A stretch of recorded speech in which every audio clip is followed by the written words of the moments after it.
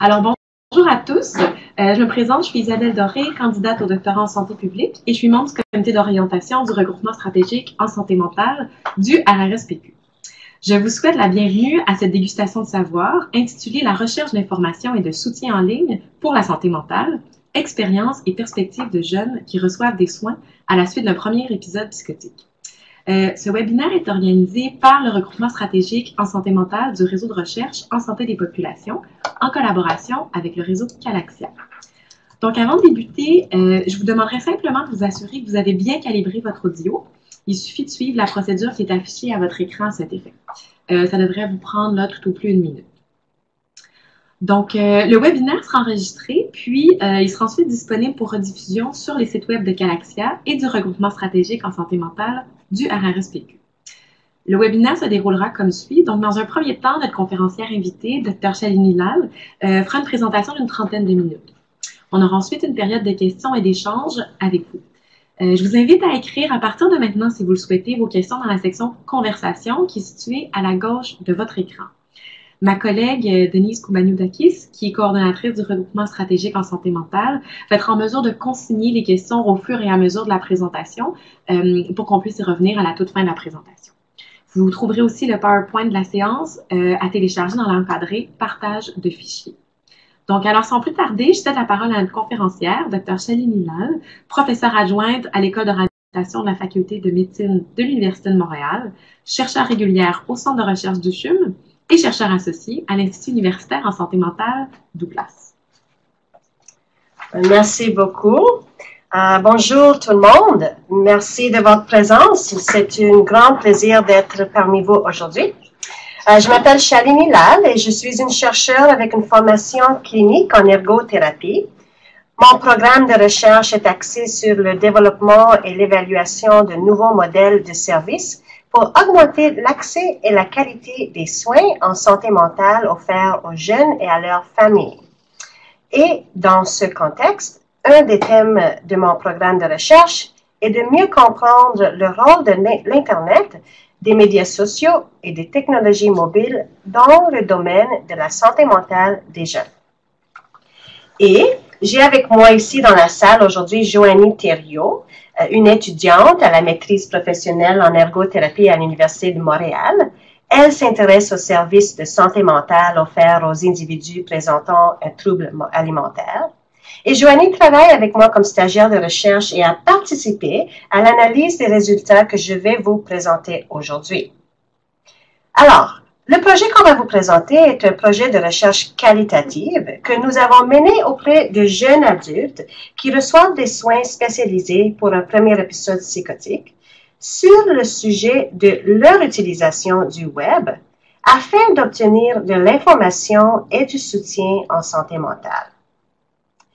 Et même si cette présentation porte sur une population spécifique, je pense que le projet dont nous allons discuter et ses implications cliniques sont pertinentes afin de réfléchir au comportement de recherche d'informations, de services et de soutien des jeunes et même des adultes qui présentent différentes problématiques de santé mentale.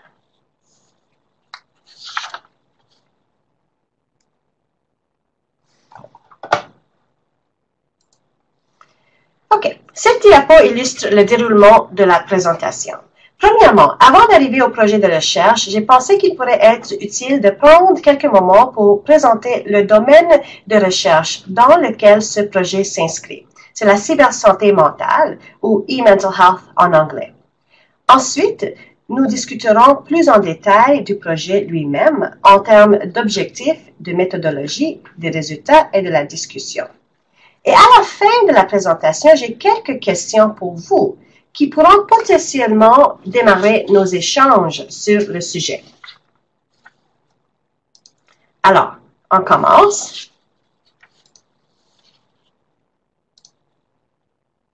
Ce projet de recherche est situé dans le domaine de la cybersanté mentale. Et la première chose, je pense qu'il faut souligner, est la multiplicité de termes différents pour évoquer l'idée d'utilisation de la technologie dans les soins de santé et santé mentale, comme la télépsychiatrie, le e-santé mentale, le santé mobile, etc.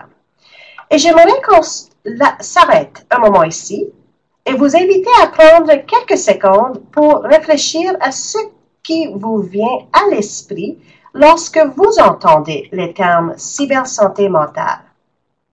Vous pouvez écrire dans la boîte de commentaires si vous le souhaitez.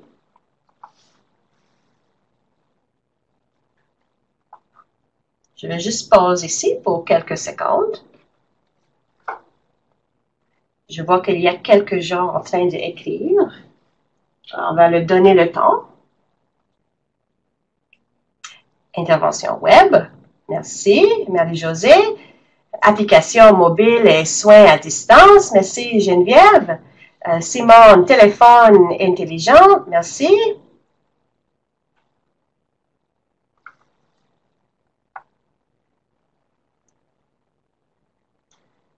Marie-Mireille, recherche d'aide, détresse et solitude. Christine, groupe de soutien en ligne.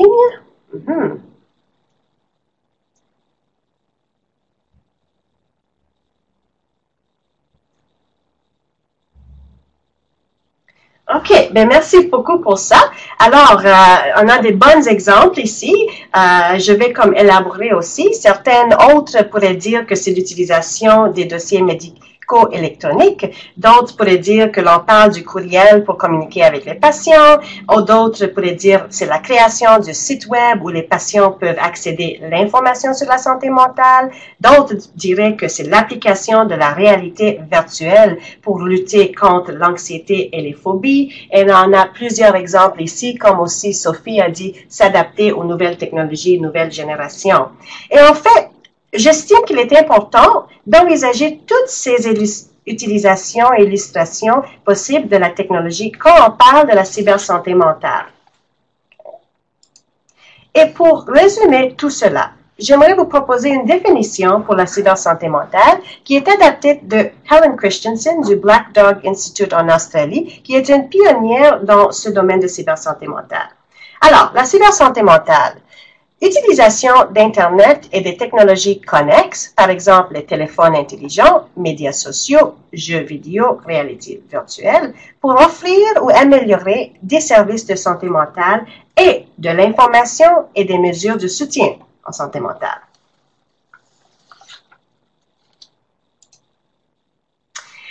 Et j'imagine que vous avez déjà noté que dans notre société d'aujourd'hui, il y a une omniprésence d'Internet, des technologies mobiles et des médias sociaux dans la vie quotidienne. Et de plus en plus, ces formes de technologie sont considérées comme une avenue prometteuse pour améliorer les services de santé mentale, en particulier pour les jeunes. Alors, pourquoi est-ce que c'est important de considérer le domaine de la cybersanté mentale dans le contexte des jeunes? Comme vous avez déjà noté, les jeunes sont déjà en ligne. Ils sont socialisés à la technologie à un très jeune âge. La technologie est omniprésente dans leur vie quotidienne.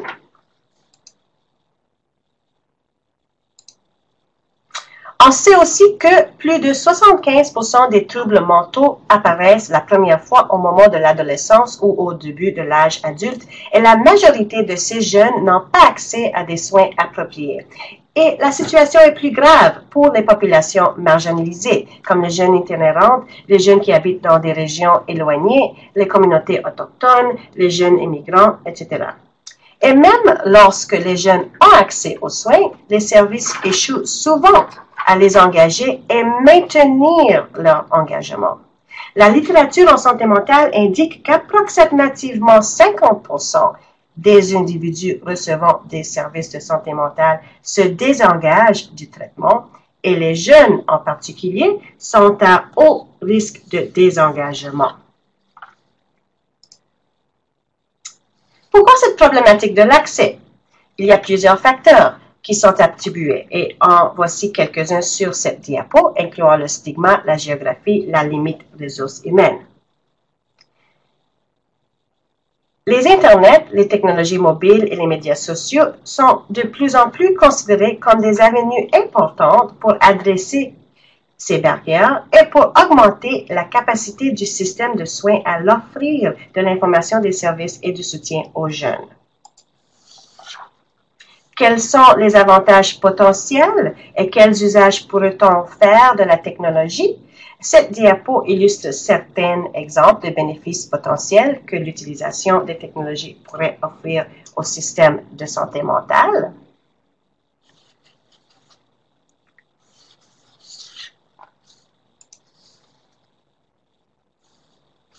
On sait aussi que les jeunes essayent déjà d'accéder à l'information et à du soutien en santé mentale en ligne durant leur cheminement vers les soins et durant leur traitement.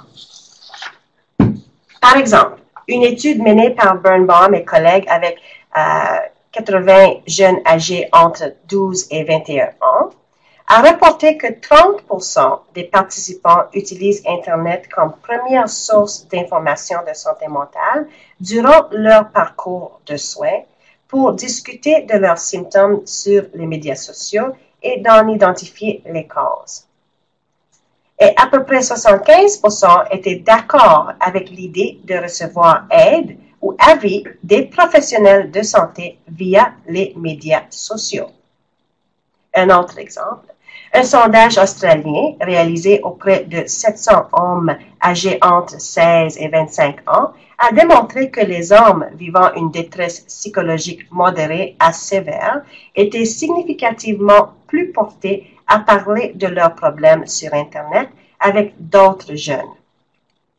Et troisième exemple, un sondage que nous avons fait récemment avec 67 jeunes recevant des services pour un premier épisode psychotique a montré que 50% de ces jeunes ont visité des sites web pour chercher de l'information sur la santé mentale dans la dernière année.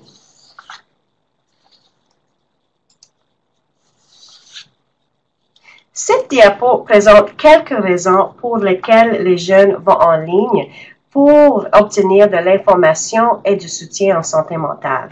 Par exemple, la confidentialité, l'opportunité d'accéder à l'information et au soutien à leur propre rythme, réduit le risque d'être embarrassé, etc.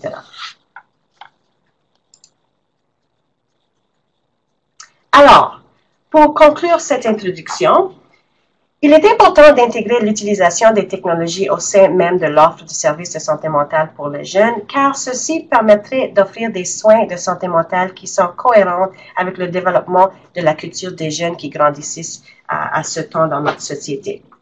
Les expériences et perspectives des jeunes dans leur recherche d'information et de soutien sur la santé mentale en ligne peuvent informer le développement de ressources en ligne et hors ligne, taillées sur les besoins des jeunes. Mais de façon surprenante, peu d'études existent sur les expériences des jeunes utilisateurs de services en santé mentale à la recherche d'informations, de services et de soutien en ligne, et en particulier au niveau des jeunes qui ont vécu un premier épisode de la psychose. Ceci nous a mené à réaliser l'étude dont je vais vous parler dans la suite de la présentation. Alors, l'objectif de notre projet de recherche était de mieux comprendre l'expérience et perspectives des jeunes recevant des services pour un premier épisode psychotique sur l'utilisation de technologies mobiles et Internet afin d'obtenir de l'information, des services et du soutien en santé mentale. Et c'est important aussi de dire que ce projet-là, ou ce qu'on va vous décrire aujourd'hui, s'inscrit dans un plus grand projet de recherche à débit mixte sur l'accès, l'usage et les perspectives d'utilisation d'Internet, des médias sociaux et technologies mobiles en santé mentale, réalisé auprès des jeunes et leurs familles recevant des services pour un premier épisode psychose. Au sujet de la méthodologie, les participants étaient recrutés d'un programme spécialisé en intervention précoce de la psychose au Québec. L'étude a été approuvée par un comité d'éthique. On a utilisé les méthodes mixtes, spécifiquement un sondage à des groupes et des groupes de discussion avec les jeunes et leurs membres de leur famille. Et aujourd'hui, je vais me concentrer sur une partie des focus groups qu'on a conduit avec les jeunes adultes dans le programme. Nous avons mené 6 groupes de discussion, durés à peu près 90 minutes, enregistrée et retranscrite intégralement. Et on a utilisé une approche thématique adaptée de Brown et Clark pour guider le processus de l'analyse. Et je vais vous rapporter ici des réponses des participants aux questions suivantes. Par exemple, allez-vous en ligne pour accéder à de l'information, des services et du soutien en lien avec la santé mentale? Et si oui, s'il vous plaît d'écrire le processus utilisé. Par exemple, comment cherchez-vous l'information? Trouvez-vous ce que vous cherchez? Comment l'information vous est utile ou inutile?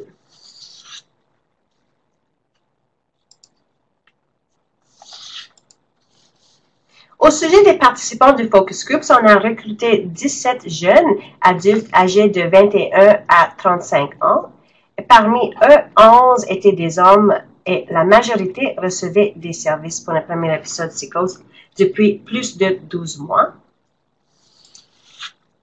Cette diapo présente l'information sur la composition sociale des individus ayant participé au projet. Cette diapo présente l'information sur le niveau de scolarité des participants et il est possible de constater que le niveau d'éducation complétée est assez bien réparti. Ici, cette diapo illustre que la majorité des participants étaient sans emploi. Ici, on peut constater que la majorité des participants n'allaient pas à l'école. Et environ la moitié des jeunes vivaient avec leur famille. Alors, lorsqu'on a questionné s'ils allaient en ligne pour obtenir de l'information sur la santé mentale, des services ou du soutien, les participants ont répondu qu'ils allaient en ligne pour obtenir de l'information et ou du soutien plutôt que d'obtenir des services. Et nous avons synthétisé leurs réponses en 3 thèmes clés. Le premier thème, aspirer à une meilleure compréhension de la maladie et du traitement. Deuxième thème, rencontrer de multiples difficultés face à la recherche d'informations en ligne. Troisième thème, valoriser l'information sur la santé mentale et le soutien en ligne. Et dans les prochaines diapos, nous élaborerons sur ces thèmes et les illustrerons en présentant les citations des participants. Alors, pour le premier thème, aspirer à une meilleure compréhension de la maladie et du comportement. Il y avait 4 sous-thèmes. Premièrement, chercher de l'information pour mieux comprendre sa maladie. Deuxièmement, chercher des informations sur les médicaments. Troisièmement, apprendre à faire face à la maladie. Et quatrièmement, utiliser une variété de plateformes. Et je vais vous montrer quelques illustrations exemplaires de tout ça. Plusieurs ont exprimé aller en ligne à la recherche d'informations pour les aider à mieux comprendre leurs symptômes et la maladie en général. Et voici 2 citations des participants. Un premier disant, « J'utilise beaucoup Internet lorsque j'avais de la difficulté à m'éduquer et à essayer de mieux comprendre ce que je traversais. » Un deuxième exemple, « Ce que je cherchais, c'était quelque chose pour documenter, pour voir quel type de symptômes et quel type de maladie, pour me positionner moi-même, pour faire, une auto-évaluation sur ça. » Plusieurs ont décrit être allés en ligne pour obtenir de l'information sur le médicament, en particulier sur les effets secondaires et le dosage. Les citations sont là. Par exemple, je voulais savoir la différence entre Abilify 15 mg et 30 mg. Plusieurs participants ont aussi décrit qu'ils allaient en ligne pour apprendre à faire face à la maladie et apprendre de ses pairs. Par exemple, j'ai utilisé les sites web des médias sociaux majoritairement pour voir ce que d'autres personnes avec la même maladie que moi ont fait. Comment est-ils font face? Et les participants ont mentionné avoir utilisé une variété de plateformes pour chercher de l'information sur la santé mentale, notamment comme le Yahoo, le Google, les sites web spécifiques comme Mayo Clinic, WebMD, les forums et les médias sociaux. Par exemple, la 4e citation ici sur ce diapo, je vais sur Facebook. Il y a beaucoup de choses qui se passent sur Facebook. Ils se préoccupent de la dépression et des gens qui ont commis un suicide et des choses comme ça.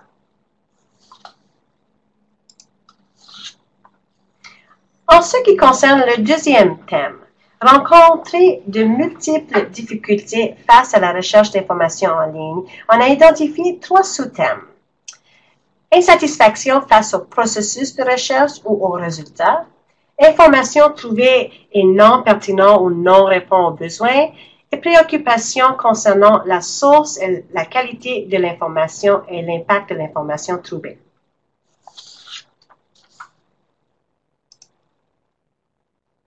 La majorité des participants a exprimé de l'insatisfaction avec le processus ou le résultat de leur recherche d'information. Et cette citation l'illustre bien.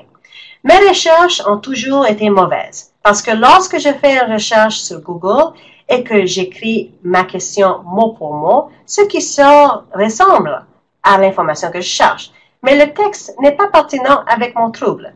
Alors, jusqu'à maintenant, chaque fois que j'ai fait une recherche pour de l'information, ça n'a pas été très fructueux. Les participants ont souvent perçu que l'information qu'ils avaient trouvée était non pertinente ou ne répondait pas à leurs besoins. C'était notamment le cas lors de recherches d'informations sur des sites web institutionnels. Par exemple, dans la première citation, le participant fait référence au site web de Douglas. Ça visait plus les familles, les supportés, tu sais, des choses comme ça, mais pas pour les patients. C'était très vague, tellement vague que tu peux trouver toutes les maladies à quelqu'un, tu sais. J'ai lu différents rapports et certains sont plus concluants que d'autres.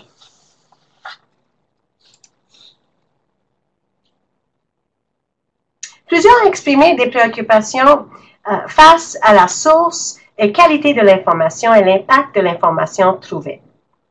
Voici quelques exemples. Tu ne sais jamais vraiment qui participe, qui est derrière l'information. Plusieurs personnes pensent d'être experts pour avoir lu sur un sujet, fait une étude, mais moi, je préfère avoir des informations provenant de quelqu'un qui passe à travers la même chose que moi. Et des choses qui t'amènent, tu sais, qui t'amènent à croire des choses qui ne font pas de sens ou qui ne sont pas aidantes. Malgré de nombreux exemples de difficultés rencontrées dans leur processus de recherche d'informations et de soutien en ligne, plusieurs participants, même les mêmes participants de temps en temps, ont aussi rapporté des expériences positives en lien avec la recherche de l'information en ligne, qui nous amène à la troisième thème clé. Valoriser l'information sur la santé mentale et le soutien en ligne. Et en ce sens, il y avait des caractéristiques multiples qui ont été appréciées. Par exemple, la qualité, quantité et variété de l'information disponible, accès à des pairs avec un VSU, par exemple par des forums, lire et ou participer à discussions à leur rythme, la diversité d'opinions et modération par un professionnel.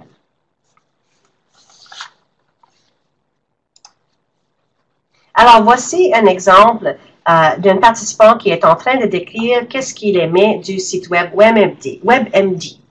Il y a beaucoup d'informations sur les faits. C'est très orienté sur les faits à propos de n'importe quelle difficulté à travers laquelle tu passes. Et il y a beaucoup de détails et même quelques statistiques. Un autre qui parle en référence à Yahoo Answers, la base de données est immense. Alors, je pense qu'utile si tu as un problème précis.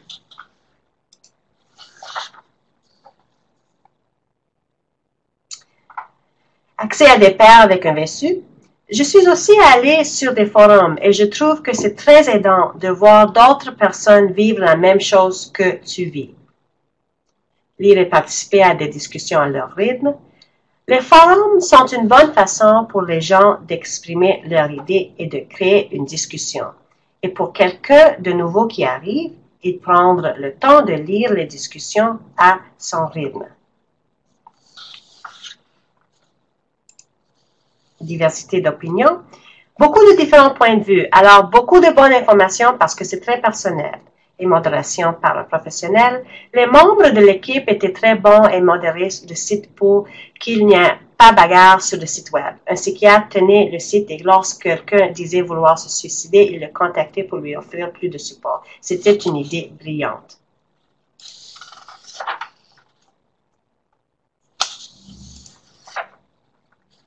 Alors, en résumé, les participants, nos résultats illustrent que les participants utilisent Internet pour chercher de l'information sur la maladie les symptômes, les traitements. Ils cherchent le soutien du père ayant vécu une expérience semblable. Ils cherchent par une grande variété de plateformes, comme des sites web, des médias sociaux. Et plusieurs défis, ils font face à plusieurs défis à ce processus. L'information vague, peu concluante, répétitive, peu pertinente ou appropriée à leurs besoins, superficielle, etc. C'est intéressant à noter qu'aucun des participants n'a rapporté avoir consulté du site web spécifiquement destiné aux individus avec un premier épisode psychotique. Cela peut être attribuable à un manque de connaissance des sites web destinés à cette population, mais aussi attribuable au fait qu'il y a peu de sites web spécifiquement conçus pour cette population. Cependant, certains programmes ont maintenant des sites web qui discutent de la psychose, comme le site web du premier épisode.ca, mais ces sites web, même comme ils ont de bons contenus, ils sont rattachés à des cliniques spécifiques. Et une bonne partie de ces sites web parle également des services qui sont offerts dans un programme spécifique. Alors, dans le domaine du premier épisode psychotique, il n'y a pas de site web bilingue national ou provincial qui existe pour les patients ou leurs familles.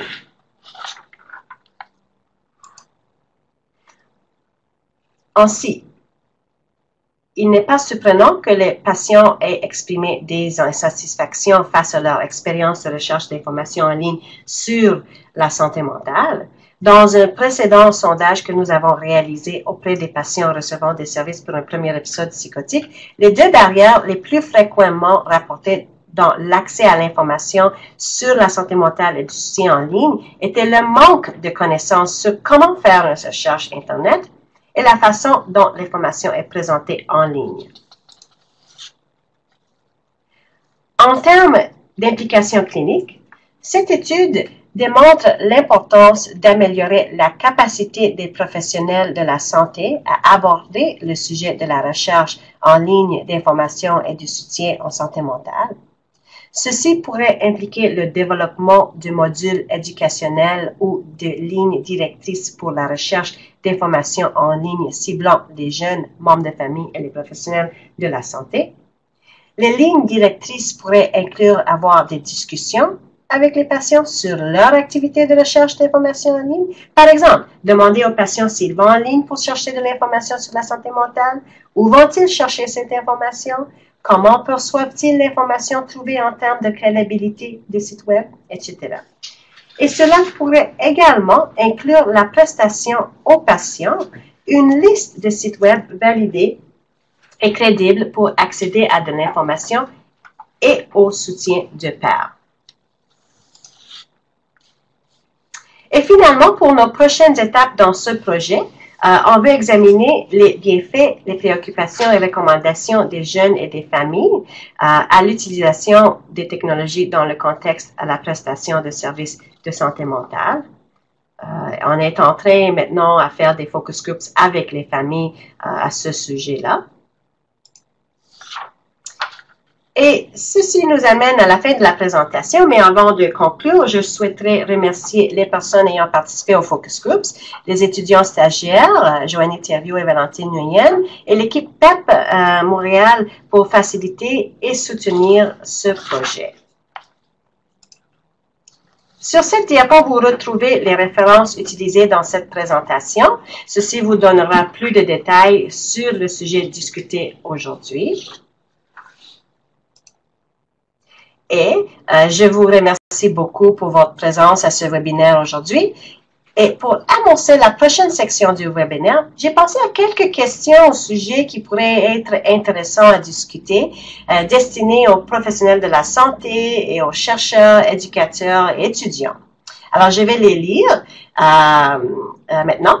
Alors, pour le professionnel de la santé, discutez-vous du sujet de la recherche d'informations sur la santé mentale en ligne avec vos patients? Si oui, comment? Pour les chercheurs, personnel de recherche étudiants, de quelle façon les difficultés soulevées dans ce webinaire vous font penser à ou s'appliquent à la population clinique avec laquelle vous conduisez vos recherches?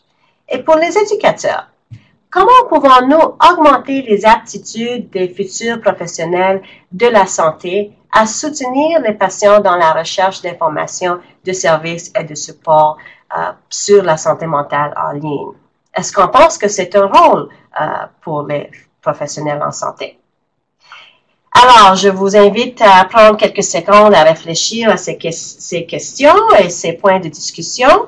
Et je vous invite à nous faire part vos pensées et points de vue sur ce sujet. J'ai très hâte d'entendre vos réflexions. Et merci beaucoup pour votre attention. Donc, merci beaucoup, Shalini. Pendant que vous réfléchissez aux questions que notre conférencière vous a adressées, il y a Pierre Cloutier, en fait, qui demande ou qui exprime, en fait, il y a un défi de maintenir à jour une liste de sites web en santé mentale qui sont les plus pertinents. Alors, comment on peut, peut-être, sa question, c'était peut-être de savoir comment on peut s'assurer de le faire et qui décide de la pertinence et de la validité de la référence? C'est une bonne question. Je pense qu'une problématique là, c'est qu'on a besoin de ressources. Ressources ou bien de la système de santé ou bien les ressources de les agences de recherche, parce que un travail de la recherche, c'est de synthétiser toutes ces informations et de recommuniquer ça à des différents audiences clés, comme les professionnels de la santé ou bien les patients et les familles. On est en train actuellement, en discussion avec Calaxia, de développer une module Internet et santé mentale. Et là, peut-être, je pense que c'est une de leurs visions de développer des ressources pour les professionnels de la santé mentale qui peuvent référer à cette liste de ressources site web en santé mentale. Au niveau de la pertinence ou bien la validité de la référence, il y avait différentes façons comment est-ce que c'est fait. Par exemple, validité, ça se peut être au niveau de les données probantes sur le site web ou bien sur la technologie, les perception des patients qu'ils ont utilisé, alors comme avec un système de rating scale, il y avait des gens qui ont essayé ça aussi. Alors une combinaison d'informations des différentes sources pour valider les sites web. Un petit peu comme TripAdvisor, Yelp, on utilise ces types de sites web pour comme nous diriger à des potentiellement bonnes places à manger ou des potentielles bonnes places à faire des recommandations. Alors, c'est un petit peu comme dans cet esprit-là, mais on a besoin de ressources pour ça. Mais moi, je pense que pour ce projet, il y a quand même des indications très concrètes, très pratiques qu'on peut faire. Comme dans le premier épisode Psychose, ça prend pas beaucoup de temps de faire une recherche de quels sont les sites web internationaux qui sont là et demander à un groupe de patients ou membres de famille et professionnels de santé de donner un petit peu de leur impression de ces sites web-là et arriver à une liste des sites web pour les jeunes et les membres de famille. C'est quelque chose que moi, je pense qu'on va retourner à le programme où on a fait cette étude et travailler ensemble avec l'équipe pour arriver à une liste, au moins pour commencer pratique. Parce que les patients n'ont pas mentionné n'importe quel site web et il y a quelques-uns au Canada qui pourraient être au moins intéressants pour eux autres à ce moment. Toujours concernant justement la crédibilité des informations qu'on trouve sur le web, il y a Simon Laliberté, en fait, qui demande « Que pensez-vous de la certification OwnCode » ? Je ne sais pas si vous connaissez. Je ne suis pas très familiarisée avec cette certification. Je ne peux pas vraiment répondre à ça. Je sais que certains sites le sont, dont celui de Douglas. Mais, mais s'il y a quelqu'un dans notre groupe de participants qui pourrait répondre à cette question, je vous invite à l'écrire dans la boîte de commentaires. Ouais. Alors, je vous rappelle justement, si vous avez des questions, comme on est plusieurs en interaction, tous en même temps en ligne, on vous demanderait d'écrire vos questions plutôt que d'essayer de les dire verbalement, parce que si on ouvre les micros de tous, ça pourrait devenir confus. Donc, il y a Marie-Josée Girard, en fait, qui pose également une question. Selon vous, qu'est-ce qui peut expliquer que malgré l'insatisfaction de l'information trouvée sur le web, les jeunes continuent d'utiliser Internet pour leur recherche de soutien et d'information? Je pense que cette réponse est mieux répondue par le troisième clé, que même s'ils ont eu des insatisfactions, les mêmes participants ont aussi réussi à trouver des choses qu'ils se sentaient pertinentes. Comme l'information des autres pères qui ont vécu les mêmes expériences, ou type des mêmes expériences. Et je pense que sans avoir autre option, c'est clair que il y a un manque de leur satisfaction au niveau de l'information qu'ils ont reçue généralement. Je pense que peut-être, Joanie, tu peux m'aider à clarifier aussi la réponse si vous avez des autres pensées. Mais je pense également que ce qu'ils ont fait, c'est diversifier les endroits où ils sont allés chercher cette information-là. Puis notamment sur les médias sociaux, mais ça a répondu à un besoin qui était prédominant chez eux, c'est-à-dire d'avoir l'expérience des pairs. Et ça, c'est ce qui a été principalement aidant. Et probablement qu'on peut penser qu'à partir de là, ben, ça a pu, cette expérience-là a pu continuer de nourrir les recherches subséquentes qu'ils ont faites. Et juste comme, Joanie, vous êtes déjà là, je vous invite aussi d'échanger avec le groupe un petit peu tes réflexions ou pensées au sujet qu'on a parlé aujourd'hui. Ben, en fait, moi, ce que je trouve qui ressort beaucoup de ça, c'est que on a vu qu'il y avait un besoin qui était nécessaire de combler. Puis, je pense que c'est une bonne piste de réflexion pour les gens qui vont ou qui sont sur le point de conduire des recherches, notamment, par exemple, sur une recherche doctorale. Ben, par exemple, comment est-ce qu'on peut aller bonifier les services qu'on a en ce moment ou améliorer qu'est-ce qu'on a en ce moment via la technologie, sachant ce qu'on sait, ce que ces jeunes-là nous ont dit. Merci. C'est très intéressant. Il y a Simon Cloutier, en fait, qui nous a donné une précision quand on parlait du OwnCode. Il nous dit que le OwnCode, c'est un engagement moral, en fait, pour divulguer des informations éditoriales, informations de qualité, objectives et transparentes, adaptées. L'idée semble effectivement très intéressante. Peut-être que c'est quelque chose qu'on pourra poursuivre et travailler là-dessus. Et il y a Geneviève Morin, en fait, qui demande quel était le forum de discussion modéré mentionné par un des participants. Est-ce que vous vous souvenez? Un des forums était le schizophrenia.com. Autre, je ne rappelle pas à ce moment, mais schizophrenia.com, je rappelle, un des participants a parlé beaucoup de ça au niveau de les forums qui étaient là.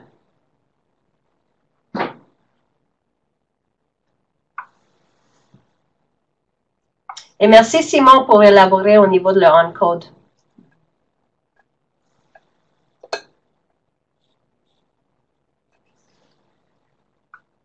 Donc, s'il y a d'autres personnes qui ont des questions ou qui souhaitent réagir aux questions que notre conférencière Shailini Lal vous a adressées, peut-être qu'on peut remettre la diapo avec les 3 questions. Oui. Pour que vous continuiez d'y réfléchir. Oui. Voilà les questions ou bien les sujets. Plusieurs personnes sont en train d'écrire, donc on va attendre un tout petit peu que les questions nous arrivent.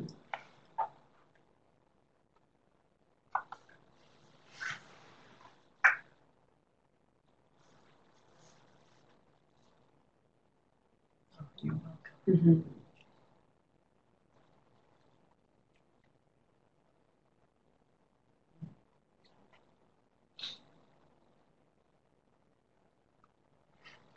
Donc, Pierre Cloutier, en fait, nous demande comment il a été démontré que la recherche web favorise la diminution de la pression au traitement.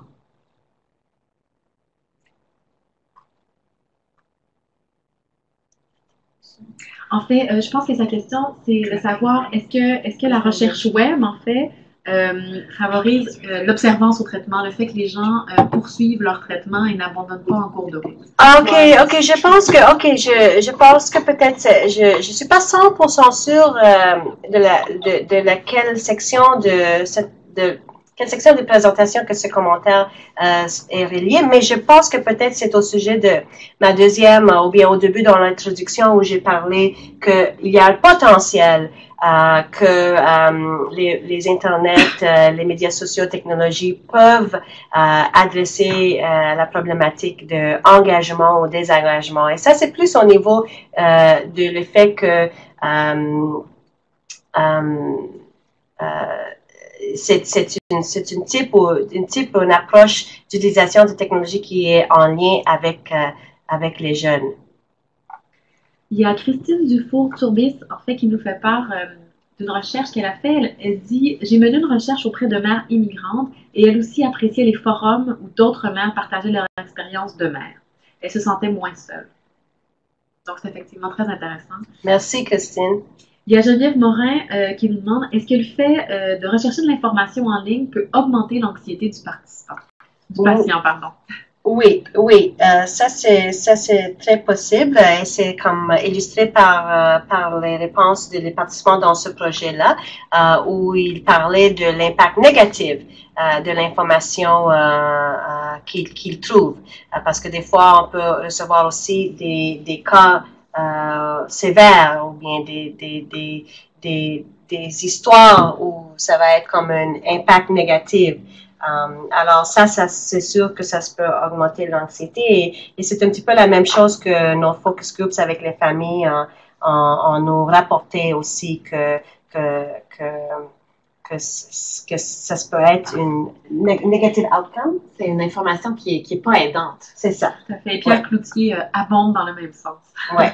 Il y a Marie-Josée Girard qui vous adresse une seconde question. Ouais. Et c'est pour ça exactement. Je pense que c'est une bonne point que c'est pour ça que je pense que exactement que c'est important que les professionnels de santé leur incluent cette discussion dans leur discussion, parce que c'est ce que ce projet nous dit, c'est que les jeunes, ils vont en ligne, même s'ils reçoivent des informations de professionnels de santé, ok, et, au niveau de leurs médicaments, au niveau de leur santé, leurs symptômes, ils vont quand même aller en ligne pour chercher des informations supplémentaires, complémentaires, complémentaires, pour comme essayer de réfléchir et faire un processing de toutes ces informations qu'ils reçoivent en personne.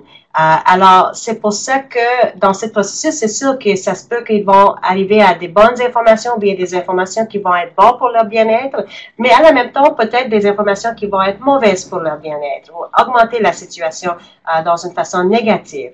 Alors, si les professionnels de santé ajoutent ou incluent cet aspect dans leur conversation, ils peuvent au moins adresser les informations négatives qu'ils ont reçues, peuvent valider les informations, peuvent leur aider à faire le processing de ces informations-là. Merci beaucoup. Puis, en lien avec la seconde question que vous aviez adressée aux participants, il y a Marie-Josée Girard, en fait, qui nous dit « Les mêmes enjeux s'appliquent aussi aux personnes qui pensent au suicide et cherchent de l'aide ou de l'information. Malheureusement, actuellement, ils trouvent davantage de sites ou d'informations qui n'est pas aidante. » Ouais. Donc, merci beaucoup. Oui, Joanie voulait ajouter quelque chose. Ben, en lien avec ce que Mme Marie-Josée Girard mentionne, moi, je constate un petit peu la même chose aussi avec les gens qui sont aux prises avec un trouble alimentaire. Il y a souvent plusieurs sites qui incitent ou qui encouragent les comportements du trouble plutôt que d'aller offrir une aide ou de présenter les ressources qui sont disponibles ici au Québec ou à Montréal et dans le Canada. Alors, c'est important d'adresser ça, je trouve. Ouais. Et c'est pour ça que je pense que si les gens font leur recherche processus indépendamment, ils vont arriver à des choses positives ou bien des choses négatives. Mais s'ils sont donnés comme une liste ou un commencement, c'est pas nécessaire que c'est une liste exhaustive d'une 20 sites web, mais au moins 5 à 10, places, locations qui étaient validées ou regardées par un groupe multi-stakeholders, patients, familles, professionnels de santé. Je pense que ça, déjà en fait une grosse part d'adresser la problématique de la recherche de l'information en ligne.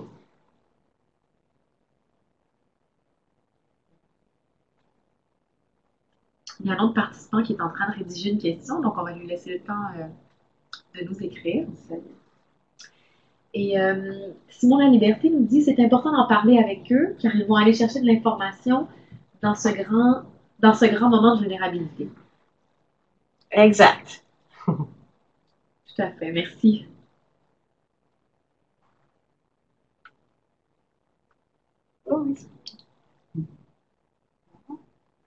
Louise Fournier, qui est la directrice du réseau Galaxia et du regroupement stratégique en santé mentale du RSPQ, est en train d'écrire.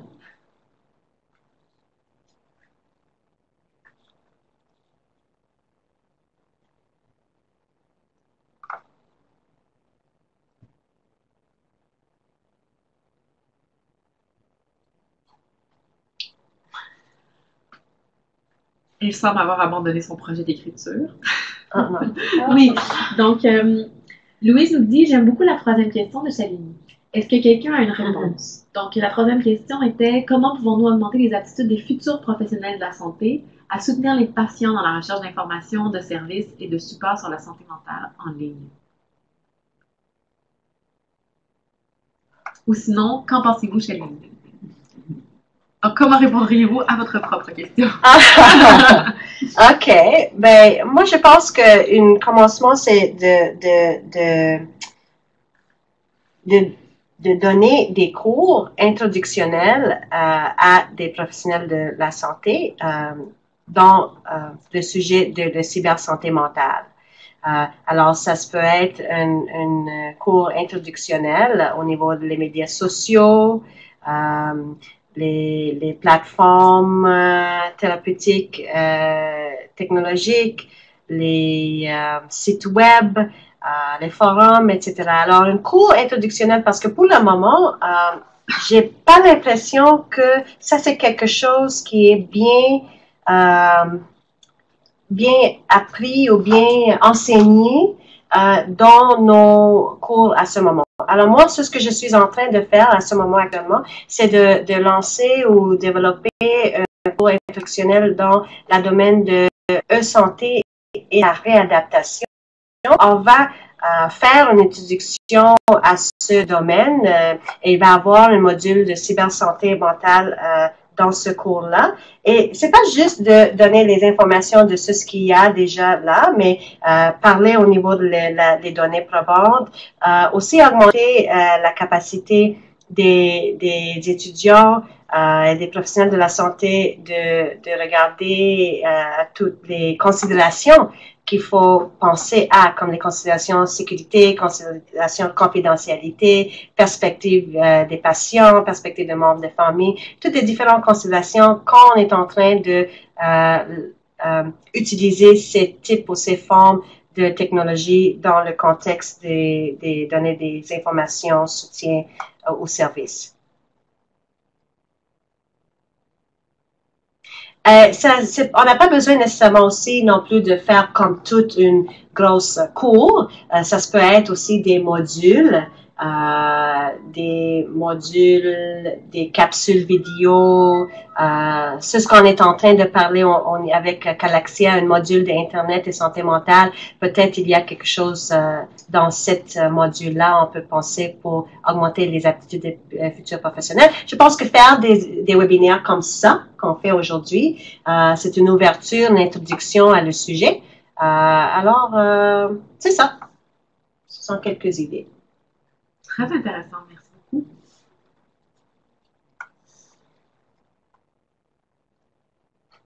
Donc, il nous reste encore un peu de temps. Donc, si vous avez d'autres questions, interrogations, tentatives de réponse aux questions qui vous ont été adressées ou tout simplement des commentaires ou un partage d'expérience, n'hésitez pas du tout à nous écrire. Donc, Louise Fournier et Geneviève Morin vous remercient. Merci à vous. Et n'hésitez pas, si jamais, après le webinaire, vous arrive une question ou commentaire ou quelque chose comme ça, n'hésitez pas à communiquer avec moi par courriel. Je serai très ouvert à communiquer avec vous. L'étude qu'on est en train, qu'on a discuté aujourd'hui est aussi sur revue dans un journal. Alors, si vous voulez avoir les résultats une fois que c'est publié, vous pouvez communiquer avec moi aussi pour ça. Donc, Marie-Josée Girard nous dit c'était passionnant. Donc, je vais laisser certaines personnes qui sont en train d'écrire, peut-être d'écrire leur tout dernier commentaire.